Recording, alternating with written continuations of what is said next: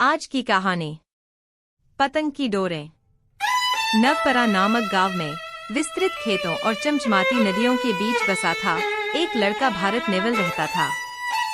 वह गरीब था, इतना कि उसका पेट अक्सर उसके दोस्तों की हंसी से भी ज्यादा जोर से गुर्राता था। लेकिन भारत नेवल के पास कुछ ऐसा था जो कोई धन कभी नहीं खरीद सकता था, सपनों से भरा दिल और प्यार में अडिग विश्वास। भारत नेवल अपने पिता की खेतों में मदद करता और रात को तारों के नीचे एक बेहतर भविष्य के सपने देखता। एक धूप भरी दोपहर, गांव वार्षिक पतंग उत्सव के लिए उत्साह से भरा था। यह वह दिन था जब आकाश रंगों से भर जाता था। हर आकार और आकार की पतंगें नीले कैनवास पर उड़ती थीं। भारत भाग लेना चाहता था, लेकिन उसके पास पतंग खरीदने के पैसे नहीं थे। बाजार में घूमते हुए उसने उसे पहली बार देखा। परमेश्वरी, गांव के सबसे अमीर व्यापारी की बेटी, एक स्टॉल के पास खड़ी थी। उसकी मुस्कान सूरज की तरह चमक रही थी। जब वह हंसती थी तो भारत नेवल के लिए दुनिया थम जाती थी। उसे उसी पल पता चल गया कि उसका दिल अब उसका नहीं था। एक रास्ता खोजने के लिए दृढ़ संकल्प, भारत नेवल ने कागज और डोरी के टुकड़े एकत्र किए। चतुराई और देखभाल के साथ उसने एक साधारण पतंग बनाई। यह साधारण थी, लेकिन अरुण के लिए यह उसके प्यार और आशा का प्रतीक थी।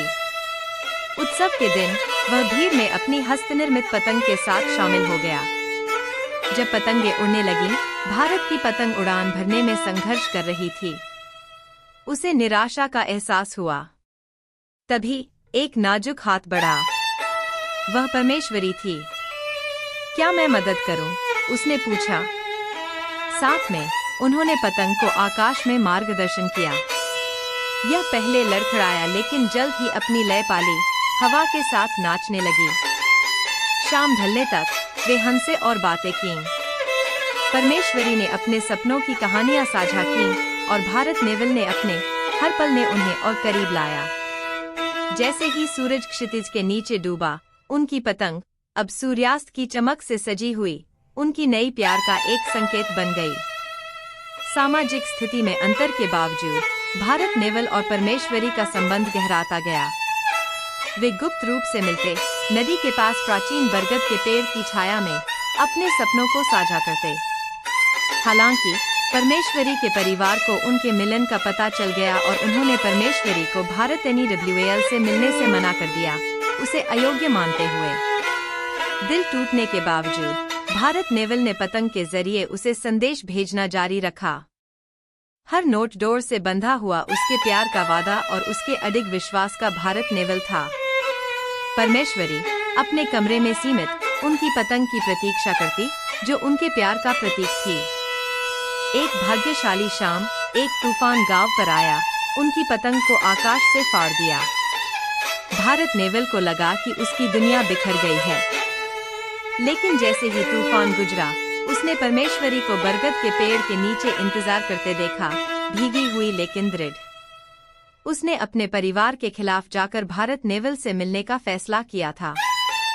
साथ में उन्होंने गांव छोड़ने का फैसला किया, प्यार के मार्गदर्शक पर आधारित एक जीवन बनाने का संकल्प लिया।